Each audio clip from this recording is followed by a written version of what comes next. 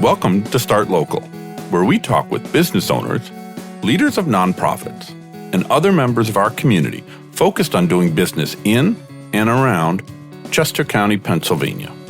Each episode will provide insight into the local business scene and tell you about opportunities to connect with and support businesses and nonprofits in your local area. The Southern Chester County Chamber of Commerce promotes trade, commerce, industry, and sustainable economic development while supporting a diverse and growing marketplace. The Chamber is proud to partner with the Start Local podcast to raise the profile of businesses and nonprofits throughout Chester County. Learn more about the Chamber at sccc.com. That's sccc.com. Hey, welcome to the Start Local podcast. I am Liam Dempsey, and as always, Eric Goodmanson and I are here, and we're ready for another conversation. Eric, how are you today? We're ready to get the show on the road. We sure are. We got it on the road earlier today. We were out and about networking and meeting people at their workplace for this podcast. That was fun. Twice in one day, Eric. I'm always excited to get to see you that often. It was, but Liam, you didn't even pick up the pun that I dumped on the road. Yeah, you're good. You're good. I don't know. Not that good, clearly. Today, we are pleased to welcome Derrick Herrmann to the show. Derrick is the Chief of Transformational Technology with the Pennsylvania Department of Transportation, or PennDOT, as we all know it. Welcome, Derrick. Hey, guys. Thanks for having me. It's really cool to be here. Excited to talk transportation today. Yeah, me too, Derrick. Ever since we met at the Transportation Management of Chester County, the TMAC organization's breakfast, and heard you speak, I've been really looking forward to this interview, just so that more people can hear what you had to say. So it was fascinating. So I'm looking forward to the conversation. Yeah, I am too, and that's exactly that. Eric and I were both in the room when Derrick gave a presentation at the TMAC's breakfast, monthly breakfast meeting, and he was talking all about what PennDOT was doing with technology, and it's super exciting. And I looked at Eric and I said, we need to have this guy on the podcast, and sure we are. So Derrick, as I shared earlier, your job title is Chief of Transformational Technology with PennDOT. We know that means you're looking at technology and how that technology will affect travel across our state, the entirety of the state. But take a moment, help us understand your duties and responsibilities. Please share the specifics of what you actually do for PennDOT. Yeah, happy to. So our division's small. It's a kind of cross-functional team. We're about 4 other people that I manage. So we sit in Harrisburg in PennDOT's central office, and really what we're doing is trying to integrate emerging technologies into transportation. So we know these things are coming, whether it's AI, connected and automated vehicles, personal delivery devices, and now we have things like advanced air mobility, which are essentially drones that are larger and carry people and goods. We're really trying to integrate those things, understand them, regulate them, build policy around them. And at the ultimate end goal is to ensure that they're safe and useful tools for people, people that live in the Commonwealth and who will use transportation networks. That also extends into things like alternative fueling, and we're doing a lot to build out EV charging stations across the state with some federal dollars that have been granted to us. And other than that, working with universities, private companies, and anyone that's involved in kind of new and emerging transportation trends to try to understand those and kind of wrap our arms around them and make sure that they're handled appropriately in Pennsylvania. And those are some fascinating topics. And before we get into those novel transportation topics, I first wanted to ask you about some basics. Across the state, PennDOT is responsible for about 40,000 miles of roadway, 25,400 bridges, 11.8 million registered vehicles, and more.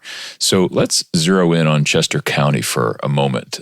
Can you share some numbers about how many roads, cars, trains, transit systems in general that PennDOT manages across our little corner of the road here? Yeah, so we're broken up into engineering districts. So we have 11 of those around the state. District 6 is the one that's responsible for the Southeast region. So that would cover Bucks, Chester, Delaware, Montgomery, and Philadelphia County. So Philly and the collar counties.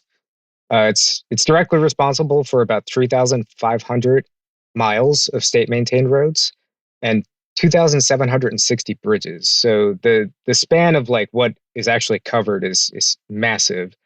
PennDOT also has about 11.8 million registered vehicles across the entire Commonwealth.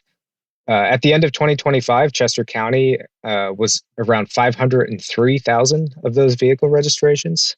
So a pretty sizable amount, and 15,300 or so were actually electric vehicles as well.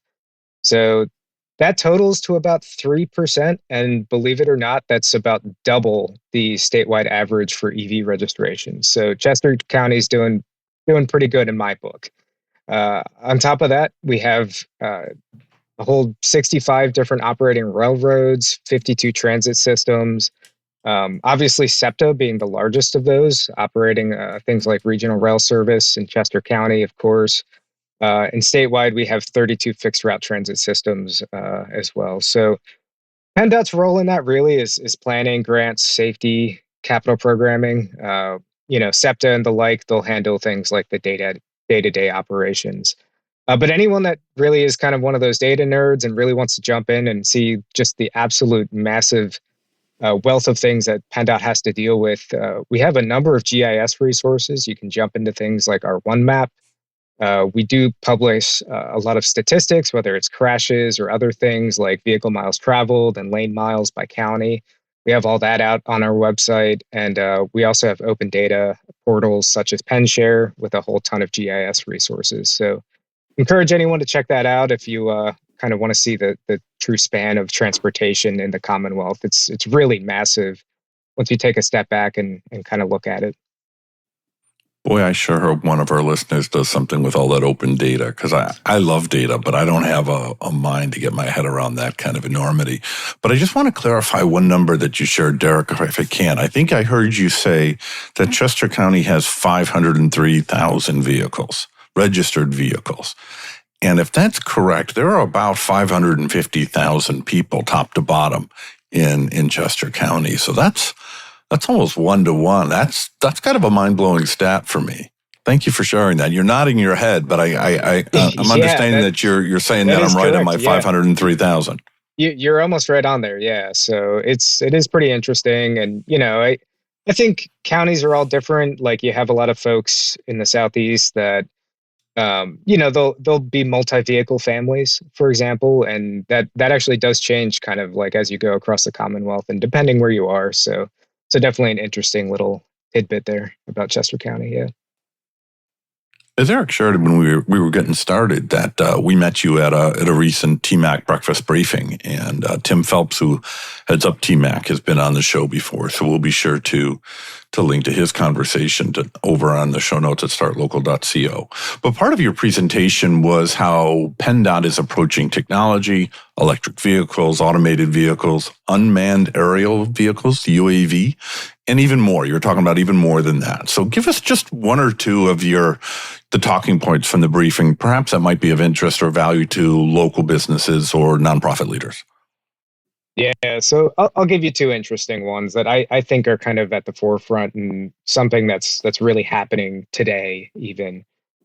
One, there's an insane wealth of data that comes with transportation. So even more as vehicles continue to get more and more complex, and we're looking at using that to provide a safer, more efficient transportation system. So the same thing that was also presented at that TMAC briefing, District 6 down there in Southeast PA was presenting the I-76 Transform 76 project, which uses analytics and automation to change posted speeds and warn drivers of queues along I-76 there.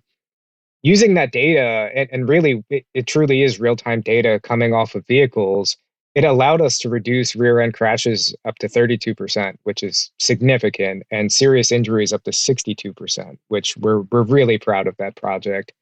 You start to think about it and take it a step further. AI is already obviously a practical thing in transportation, so we can extend this data to things like real-time traffic management, predictive safety analytics, and we can be just faster and quicker with our response to things that happen on the roadway, better and quicker planning for corridor operations.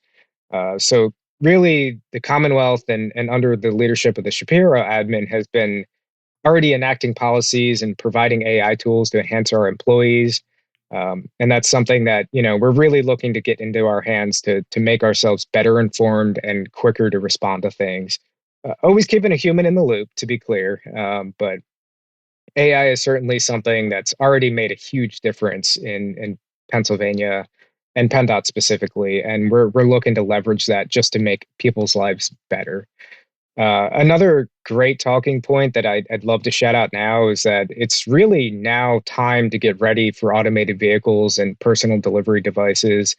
For so many years in Pennsylvania and dating all the way back to 2012 when a first AV really hit the road in PA, these companies have just been testing here. And a large part of that is because Pennsylvania is a complex system. We have difficult weather, things like the Pittsburgh left that these companies just haven't been used to. But the reality is where we're at today is these companies, Waymo and some of these others out there, are ready to operate in Pennsylvania. There's already testing out in Philadelphia and Pittsburgh. And Waymo has already announced that 2026 they'll launch a commercial operation to provide driverless ride service in Philadelphia. We also have now some Uber Eats delivery robots operating in Philadelphia through a company called AV Ride. So really, my talking point with that would be it's really time to get automation ready and understand that it's here. And we're going to do our best to keep our hands around that and make sure it's regulated properly. And enable and help our municipalities to kind of be ready for those companies and these new types of transportation to come to their locality. It's fascinating to think about PennDOT's role because I think most people assume PennDOT is just about plowing snow and filling potholes. And there's so much more there. Just thinking about the raw data alone, let alone all these new technologies that are coming on the market and trying to find a home and trying to coexist with all of our existing perceptions and our existing tools and things like that. One example of this new research PennDOT is involved in is PennStart, located just outside Pittsburgh. PennStart is a closed-loop, state-of-the-art proving ground designed to accelerate innovation in emerging transportation technology, improve the safety and efficiency of transportation infrastructure, enhance traffic incident management training, and support regional economic development. So those are the bullet points, but tell us about PennStart in your own words. Yeah, sure. So PennStart, believe it or not, it's an acronym. So it stands for Pennsylvania Safety, Transportation, and Research Track. It did just go underneath construction earlier this last fall, so fall of 2025. We're hoping that first phase of it opens up this coming fall, and some paving will happen, I think, early spring of 2027. So really what the first phase of this will look like, it's a closed loop, high-speed test track, like you mentioned. It mimics highways, so it's really actually designed against PennDOT standards for a literal highway up to 70 miles per hour. We are basically working with what's called RIDC of Westmoreland County. So out there in Mount Pleasant, PA, the track will be located.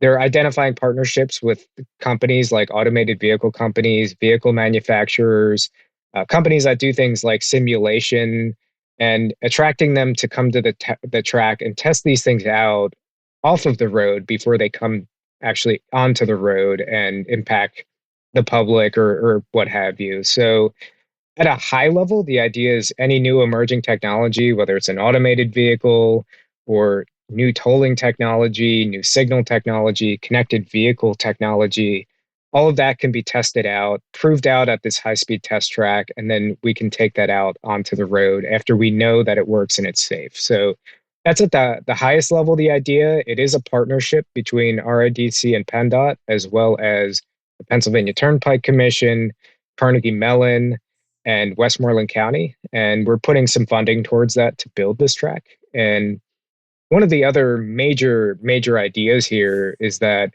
a lot of this new technology brings a lot of new complexities for incident responders. So first responders are a huge concern of PennDOT. We're always trying to make sure that they're ready for anything new. So PennSTART will serve as kind of a regional hub where we can bring in these first responders and get them exposed to things like automated vehicles, how to react to them, how to disable the automation, how to move them, and anything like that. New vehicle fires with electric vehicles. Any really new and emerging technology that first responders need training on, we can do it there at PennSTART.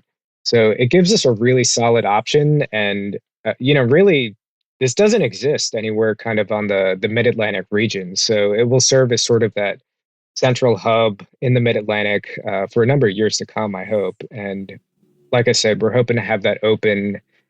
I'm thinking fall in 2026 if all goes well. If we get to paving, there's a chance it could push back a little bit into spring of 2027. But the facility will be there for us to prove out these new technologies and hopefully get ahead of them and around them with training for our first responders. In a previous answer, Derrick, you shared some treats for the data nerds in the audience. I want to give something for the policy wonks if we can. Let's focus on legislation for a moment. PA Act 130 and PA Act 106 provide a framework for how AV and PDD vehicles should operate, focusing on areas like safety, licensing, insurance, operations on public roads, and the like. Talk to us briefly about some of the requirements for operating AVs and PDDs that citizens accustomed to traditional vehicles may have never thought about. And to start your answer, just remind us what AV and PDD stands for. Yeah, we love to get lost in our acronym too, we do. Don't we? Yeah, so AVs are automated vehicles. By law, actually, and in the vehicle code, they're defined as highly automated vehicles in Pennsylvania. So sometimes you'll hear us call them HAVs as well. PDDs are called personal delivery devices. You might also refer to those as just sidewalk delivery robots or personal delivery robots. So those are the Uber Eats guys out there operating in Philadelphia in the sidewalks out there. So a number of things. The acts essentially designated PennDOT for both the personal delivery devices and automated vehicles as the sole regulatory authority. So they included local preemption. And really the intent behind that was to make sure that across the Commonwealth, these were being regulated in a standard way. And essentially what that means is these companies have to come in, they go through what's called a self-certification process or an authorization. They apply to PennDOT, they build out things like their safety case framework, they provide all sorts of consents, information for how first responders can react to these different technologies. And they have to build out what's called a safety management plan. So within that, the main focus is a safety case framework. So they take a framework and a organized approach to describing how they go about these operations safely, when things happen, and if there's a incident, how they respond to them and how they'll ensure that they don't cause any issues beyond that. It has reporting requirements, among many other things. So these are in a few of our different publications. And essentially, these companies will go through that authorization process as basically filling out a couple forms. They come to PennDOT. We go through a pretty significant review, and we'll go back and forth with these companies as we try to understand how they operate and ensure that they're operating safely and meeting all of our standards for that. So PDDs and AVs, really, it's treated almost exactly the same. They have quarterly reporting requirements, accident reporting after they are certified. And then generally, we keep an eye on everything going on. So as we get complaint reports, accident reports, things like that, we do have options to suspend or revoke their authorizations or certifications to operate. And that's something that, is definitely going to keep us pretty busy over time as these things scale up, just constantly trying to keep an eye on these things and ensure that they're doing what they should be safely. Well, as Chief of Transformational Technology for PennDOT, you and your team must be at the forefront of technology and transportation. Your job requires that.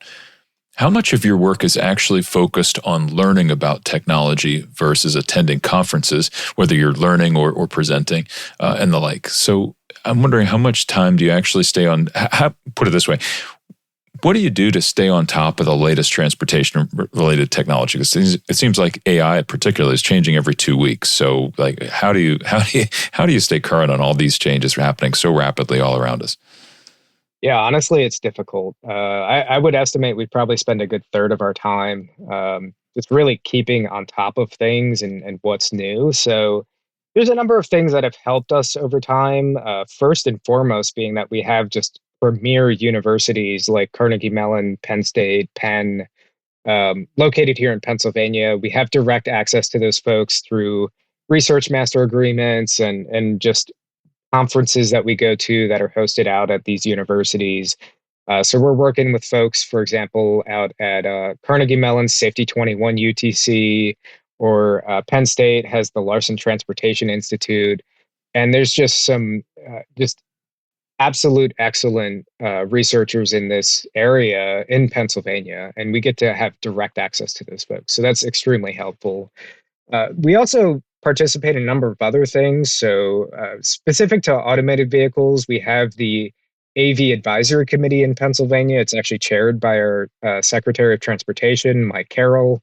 And on that, we have a wide range of industry partners, union and labor organizations. We have cities and municipalities and universities, among pretty much every agency within the Commonwealth, helping us understand actions we should take or things we should do about automated vehicles and things that happen. We run our own webinars and technical exchanges where we'll bring in other states. We're part of a number of federal committees that make up other state DOTs. So we're constantly learning from folks that have already done things like Texas and California and Arizona, where some of these technologies have really already scaled truly. And we kind of get to learn from those folks as they experience stuff that, we haven't quite been through yet. So yeah, there's a whole slew of different things. And just to shout out a couple national organizations, we're part of AASHTO, which is the American Association of State Highway and Transportation Officials, that hosts different working groups, ITS America, NASAO, which is the National Association of State Energy Officials, and a lot of others that we get just a ton of wealth of experience, guidance, and information from that help us kind of keep ahead of this stuff. And then just on top of it all, we like to find articles around on the internet and share it amongst ourselves. So we're always kind of browsing for whatever interesting news applies to us. How does PennDOT currently use AI? We're kind of getting beyond ChatGPT and the like. How does PennDOT harness the power of AI? Yeah, so the not exciting stuff we're doing is rolling things out like ChatGPT Enterprise to some of our employees and things like Copilot Chat. This is just day-to-day administrative stuff, so nothing too exciting there. But we are working on a couple of other interesting things that are enabled by machine learning and some other, more complex systems. So one of those, we're looking at operations safety analytics, so decision support for our traffic management centers, which is kind of the eye in the sky for PennDOT, if you will. Those folks are keeping an eye out for any incidents on the roadway. They're looking for slowdowns, and they do things like put out messages on our message boards. We are working on other things like using machine learning to identify the presence of bats underneath our bridges. So we have to be completely and totally aware of the presence of bats so we don't disturb their habitats when we work on things like our bridges. So using machine learning for that. We're also working on an interesting pilot with Penn State where we're pulling telematics data off of vehicles using AI to kind of fill in some gaps where we have a lack of that telematics data where volumes are low, and then taking that telematics data to make insights on current friction levels of the roadway. So rather than having to rely on some maintenance person or slower reports, we get instant reads into what the level of friction is. So we can make different headway on sending out a plow or responding to areas that are icy in the winter in near real time. So really, at the end of the day, we're not looking to put out AI in front of customers. It's not our interest. We're looking to enhance our employees, make our jobs better and make sure we're doing them better and more efficiently, and always trying to keep that human in the loop. I'm always gonna make sure that we mention that we always have people checking on things and verifying information, but trying to do that kind of behind the scenes and enhance the things that we do and the products and service we provide out of PennDOT, that people don't really see the behind the scenes stuff there. Yeah, thanks for walking us through that behind the scenes. Can you clarify telematics? What does that mean for folks who, well, for anybody, but like there's going to be an audience out there who don't know what it means in this context. Can you unpack that a bit? Yeah, so telematics, it's a wide range of data that vehicles can collect now. So as these vehicles continue to get smarter and smarter, they can understand things like hard braking events. So if a number of folks are hard braking in a specific area, like a traffic signal, we know that there might be something going on there with the timing. For example, maybe we need to extend that yellow time in between the green and the red just to make sure that folks have enough time to slow down. That's an example of telematics data. You can find things like friction data that comes off of there, windshield wiper status. There's a whole slew of things that you can actually get out of these companies. So most of the time, the OEMs are selling that off to some third-party data provider. Things like speed, even we have access to through platforms like INRIX, where we get to see kind of real-time speed information. So we know where there's slowdowns, and we can go back and either look from a planning perspective or an operations and safety perspective, what might be going on in that specific location. So we also use that for other things like real-time alerts. So if we're made aware of something, we can get it out either through a message board, or we have a partnership with Waze. So if we put something in our road condition reporting system, it will also send that right over to Waze and ideally get that into drivers' hands in almost near real time. So telematics data is huge. It's really just at its most basic form, data that comes off of vehicles directly into the cloud that we can have actionable insights on. And it is anonymized, so it's not tied back to any singular person. Put any fears to calm there. Well, to plan for the future, I imagine PennDOT works up projections of how much autonomous vehicle traffic there will be and how much electric vehicle traffic there will be in future years. Do you have any projections about AV and EV traffic here in Pennsylvania you can share with us today? Yeah, absolutely. So I'll start with EVs. That's definitely the easier one because we now get registration data that we did with some VIN decoding. So as of January 2026, our last report for this, we had 168,000 registered EVs in the state. So that is up from March of 2025 was about 142,000. So it's fairly steady growth that we've seen. That has slowed down. So, I think a lot of folks are aware that the federal tax credits were repealed this last fall. So we've been kind of seeing some of that growth slow down a little bit, but we're still making positive headway in EV adoption in the state. That said, a number of other things have happened. A EV fee was introduced last year. So we have seen kind of a sort of falling back, if you will, of some other states as we kind of gone more towards around 30th out of 50th states in EV adoption. So that has slowed down a little bit, unfortunately. That said, there's still a ton of consumer interest in EVs, and we're going to continue to build out those EV charging stations across the state. AVs, really, it's hard to say. Most of it would be speculative at this point because a lot of it is going to mainly be industry kind of pushing things. So for AVs, for the short while here, we're going to see companies pushing things out like Waymo. Cruise has come and gone in the past. Other companies are popping up now, like AV Ride is another one. Just like they're doing the sidewalk delivery robots, they're also working on AV robo-taxis. We have a number of other operators certified in the state. So as some of that scales up, it's going to be things like robo-taxis. It's going to be freight movement. It might be low-speed shuttles on university campuses.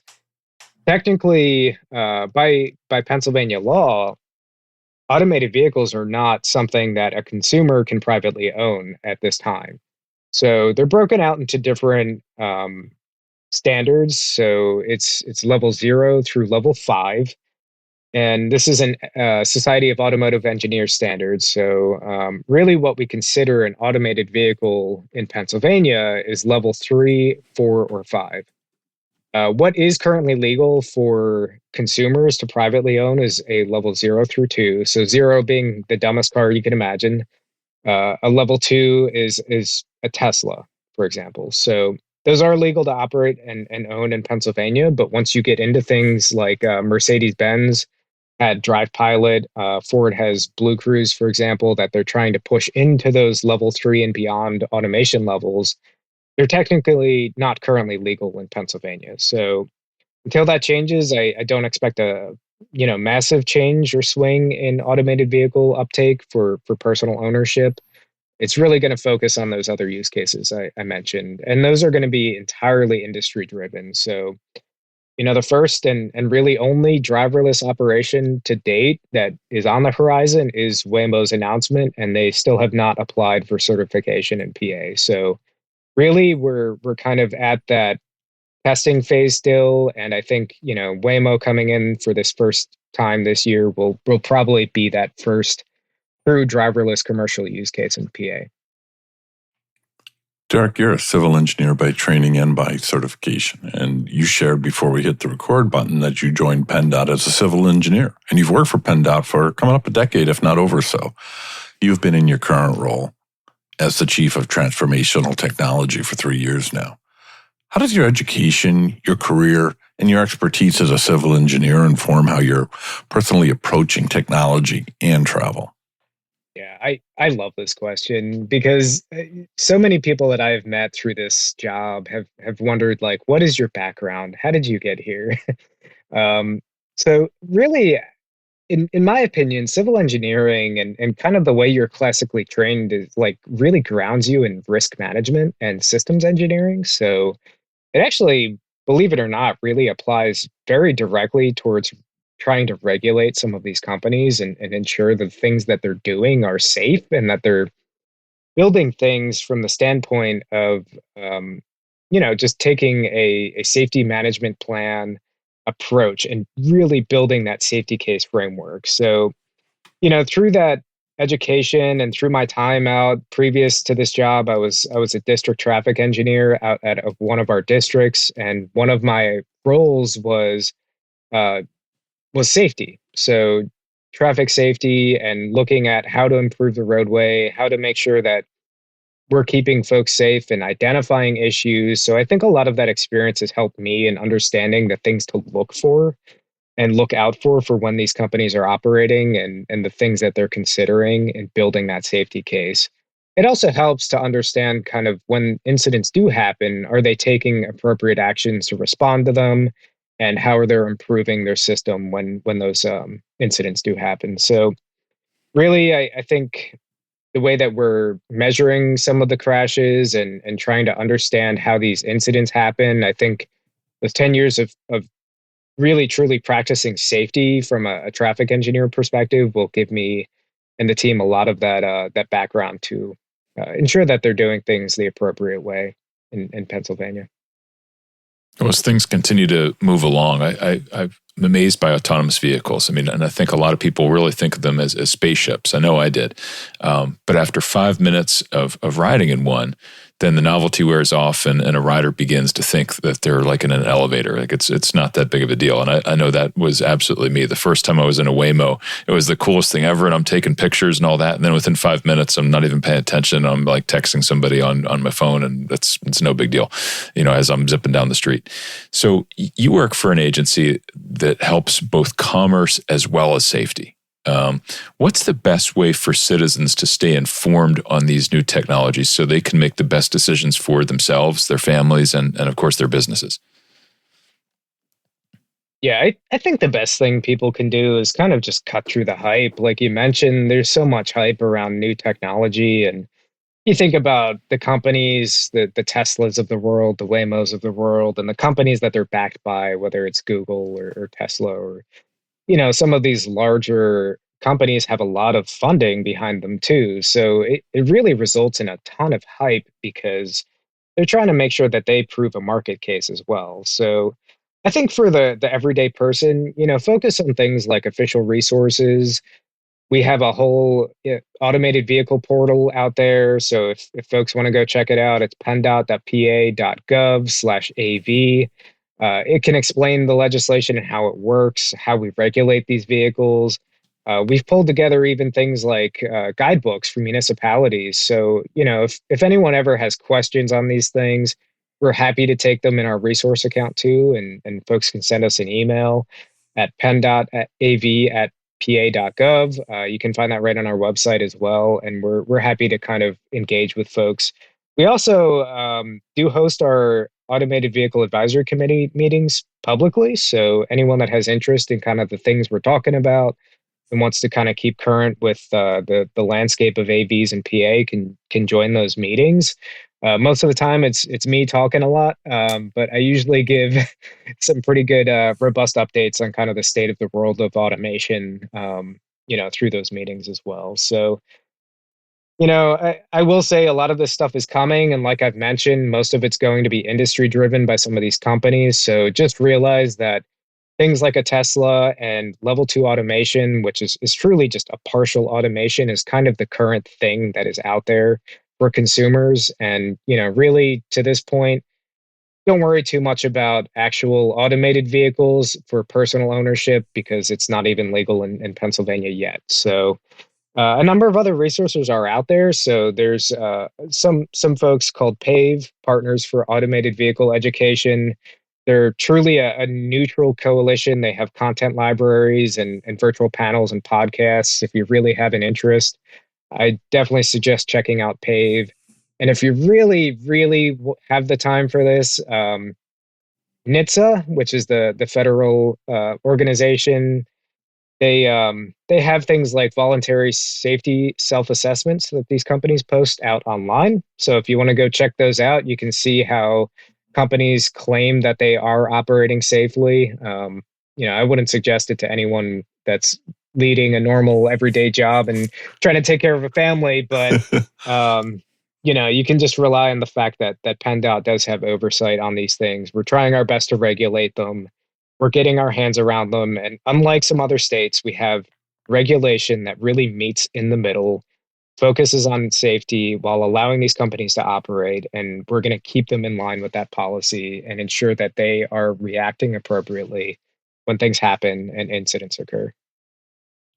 Eric and I learned a lot at that TMAC breakfast as we heard you present, and we were both surprised to learn that PennDOT actually regulates advanced air mobility. It's not just a theory or for older generations like me, the Jetsons or anything like that. I don't know what the technological reference for younger generations are, but advanced air mobility is part of PennDOT's remit in terms of what you're looking at.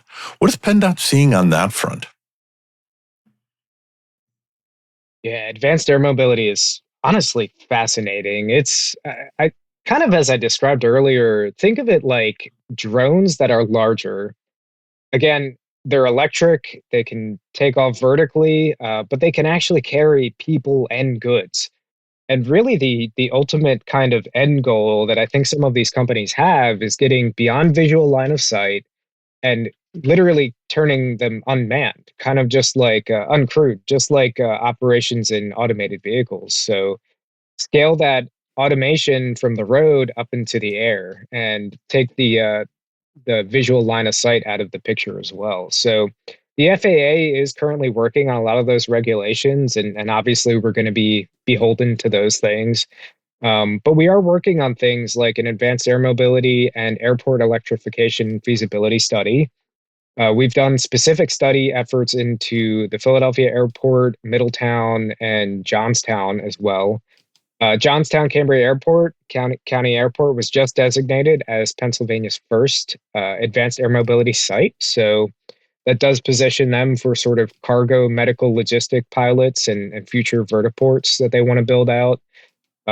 They already actually have a program out there. It's called Drone 814, if anyone wants to check it out, where they are using unmanned aerial systems to deliver medical delivery devices. So things like AEDs can be transported through an unmanned system through the air and kind of cut across much quicker where they don't have to operate on the road. They can just go straight through air and get a delivery device to someone, a medical device to someone much quicker. So our role in general, it's we also were selected for a pilot through the FAA. So this is called the EIPP. It's the eVTOL, which is Electric Vertical Takeoff and Landing Implementation Pilot Program. So a mouthful, but really, what it is, it's a we're going to partner with some industry on proving out some AAM use cases with pilot deployments, and the FAA is going to be able to grant some of those early use cases through that EIPP program. So they're going to help us with partnerships with companies like Beta, Joby, and other pilot deployments as we identify them. And we're actually doing that in partnership with about 18 other states. So it's going to be a really interesting project. We just heard about that announcement a couple months ago, and we'll see that should kick off kind of the first true advanced air mobility efforts in Pennsylvania here shortly.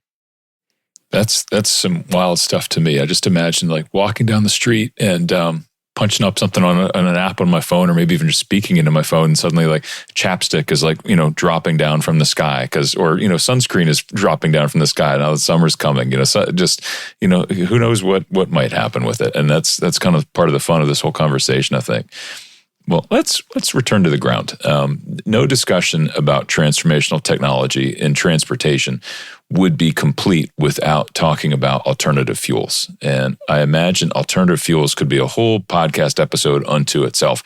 But would you please briefly describe some of the more significant alternative fuel infrastructure ideas being discussed at PennDOT today?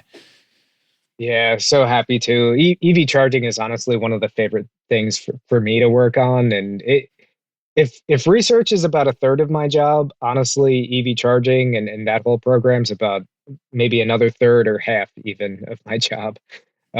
So I love working on it. One of the things that we're doing is a larger EV charging infrastructure build out. So we have some funding. It's called the National Electric Vehicle Infrastructure Program. And really what that is a federal formula program that was out through the bipartisan infrastructure law a number of years ago. And that created a cutout for states to build infrastructure, EV charging infrastructure across the roadway network all across the country. And so for Pennsylvania, that was $171.5 million over 5 years. And so where we're at currently, we have 93 active projects in 47 different counties. We're doing corridor build outs with that. So what that means is fast chargers every 50 miles along all of our interstates and some of our primary U.S. routes in Pennsylvania. We did get certified for that back in 2025. So what that means is we met the plan to have 50-mile build out of those EV chargers. And what that allows us to do now is move into what we're calling community charging. So out of that 171.5 million, we have about 100 million left for that. And what we're going to do is all across the entire Commonwealth is build out EV chargers within our communities. So we're coming out with the first of those for the Southeast region, really focused on sort of that District 6 area. So Philadelphia and the collar counties. And we're going to build out EV charging. It can be things like large banks of level 2 chargers, low-end DC fast or other DC fast in public places where people actually are, whether that's traveling to work, the grocery store, near their home. We plan to put out a lot of grants for these EV chargers here in the next coming years. So to date, we've actually opened 34 of those stations, and I'm very proud to say under the NEVI program, Pennsylvania is in the lead with that. The closest state to us only has 21 open. And we've dispensed over 3.2 million kilowatt hours, equating to about 2,000 metric tons of CO2 equivalent of gas for that. So really proud of what we're doing for some of our EV charging build out. And ultimately the goal is to try to get an expanded access to folks so that they feel more comfortable in making that jump to electric. Um, some of the other things that we're doing that folks might find interesting, we're actually trying to procure and test out electric construction equipment. So if anyone's ever been on a construction site, I've been plenty of times as a civil engineer. It's noisy. It exposes you to a load of emissions, and it's terrible for your lungs and your health. So what we're trying to do through this procurement is test out the quieter electric construction equipment. We're hoping that improves safety in our job sites, and it doesn't expose our workers to as much emissions that they have to in current construction conditions. So we'll see how that performs. There's obviously concerns with, can a battery hold up to what a diesel equipment can do? Some of our testing to date has shown that it performs pretty well, honestly. So part of it is just figuring out how to change sort of the paradigm. We got to charge our equipment overnight instead of just showing up and using it to start the day, for example. So that's some of the interesting stuff we're working on. A number of other things are kind of in the works. Things like testing EV charging stations, similar to how we test gas stations through weights and measures, is something that we're looking into. And, we're also have some funding for fixing broken chargers as well to try to improve some reliability to those sites. So that's a number of the things we're working on. EV charging is really a huge focus of ours. And over the next year, trying to get that $100 million of grants out to build more chargers along the state is going to be a huge uplift for us. But we're pretty excited to work on it. I want to go back to something you touched on earlier. You shared that PennDOT, through its use of data and AI, is managing variable speed limit signs along roads like the Schuylkill Expressway. Tell us a little bit more about how those work, how that actually works, and kind of more importantly, why should we as drivers pay attention to them? Why not just look at the traffic around us? What's the point of that?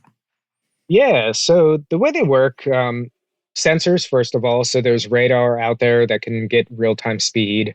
Telematics data, where we fill in the gaps where we don't have those sensors. We're getting some of that speed data right directly out of the cloud that comes from these vehicles. So basically, those allow us to use analytics to adjust that posted speed limit, like you mentioned. So anywhere from 35 to 55 miles per hour. The idea is to kind of match real-time conditions and warn drivers of any upcoming congestion.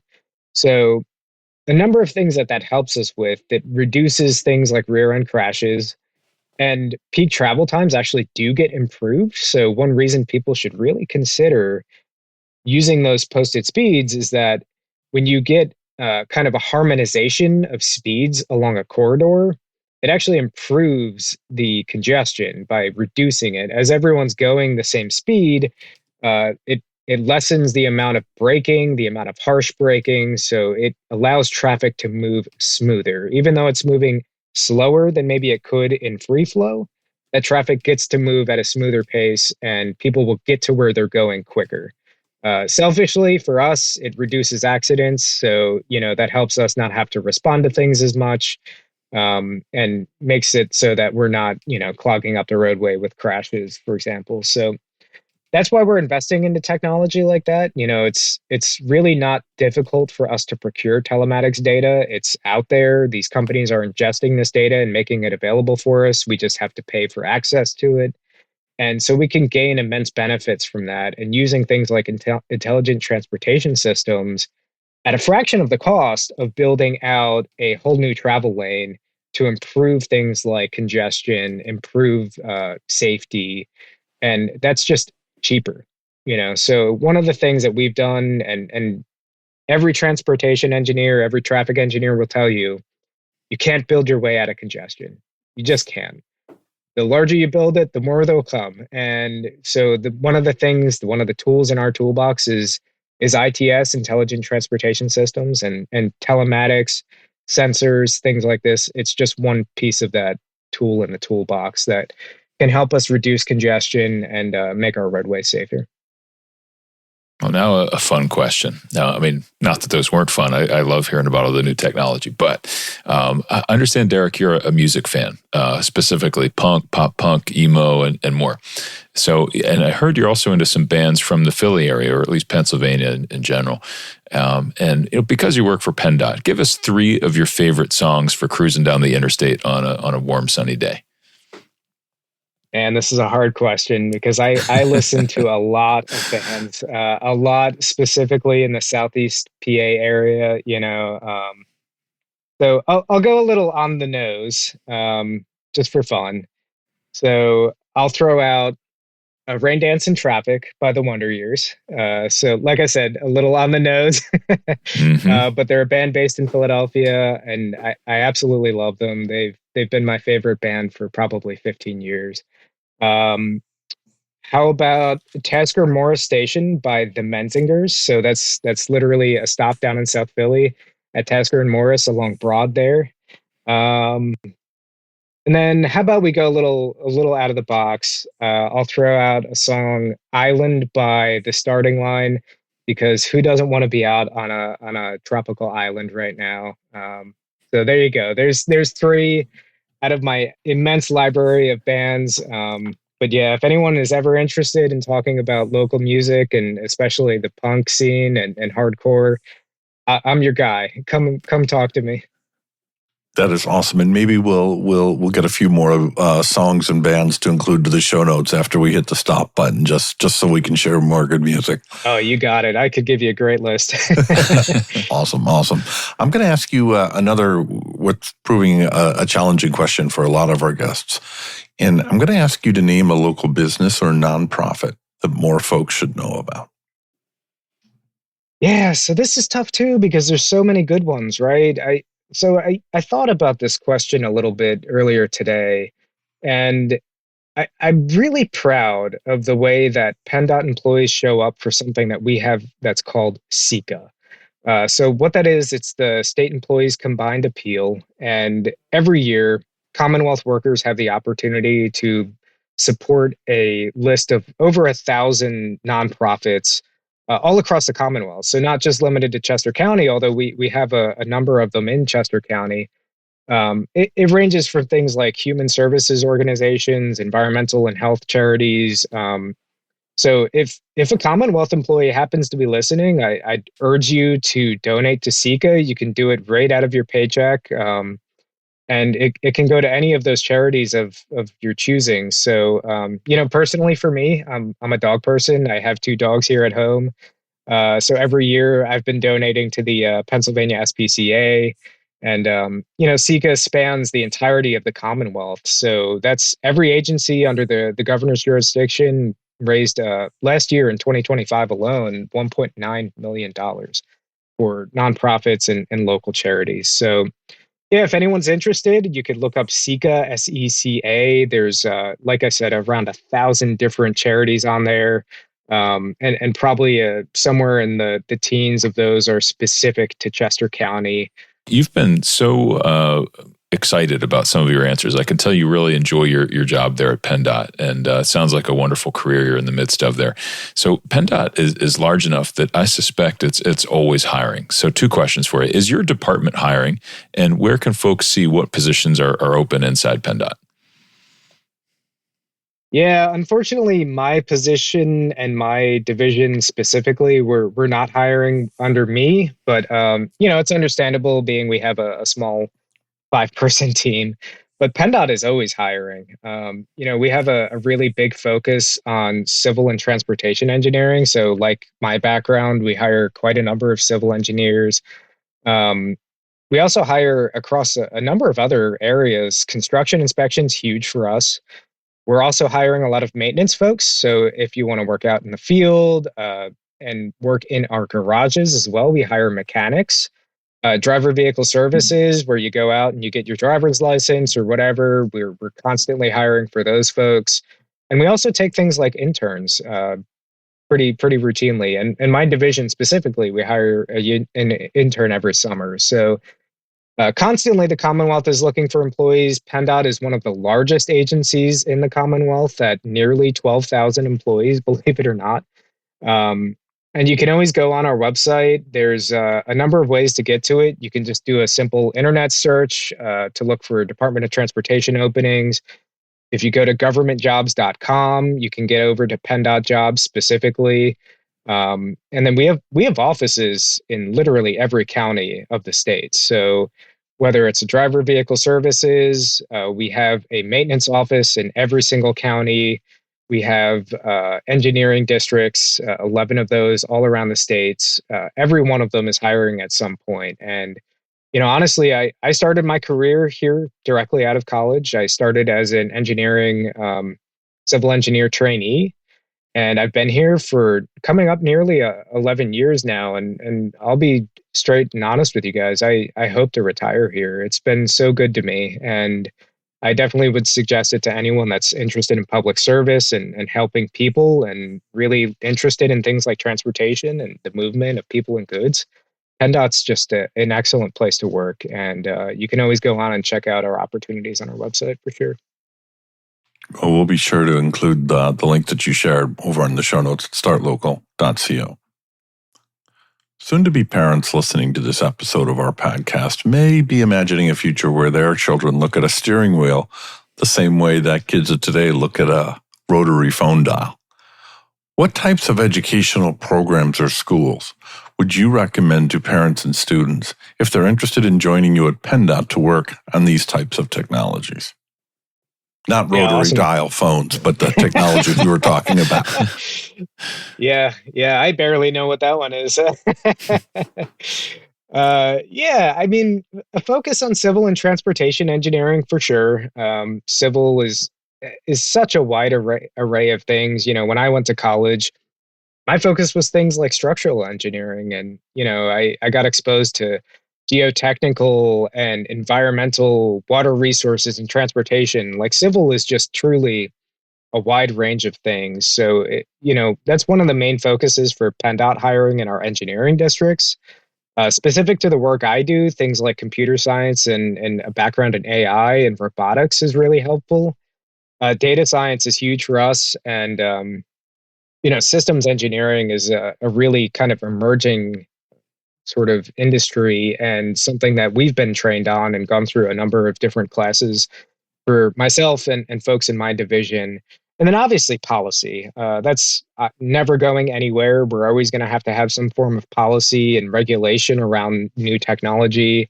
And that's been something that, I've had to actually learn as well, because I came into the position more with the engineering background and getting used to sort of being across the street from the Capitol building. It's been an interesting learning process for me to kind of understand policy and how lawmaking works and what all goes into that. So all of those would be really helpful. There's so many great colleges in the state for engineering, and we've worked with a number of interns from places like Penn State, Carnegie Mellon, and Penn, and even some of the more local universities. Bucknell and some of these others. Harrisburg University even has a lot of programs. So there's a wide range of possibilities for folks that are interested in just making sure that they're ready for sort of the future and where things are going with AI and data and analytics. Like, I think that's so smart for folks to focus on. And engineering, I'll just shout it out. It's never a bad career choice, because there's so many different things you can get exposed to, and it's just exciting every day for me to go to work. It's never a boring day, and that just makes things easier and pass the time better too. Derrick Herrmann, Chief Transformational Technology with PennDOT. Where can listeners connect with you and learn more about your programs in our corner of the Commonwealth?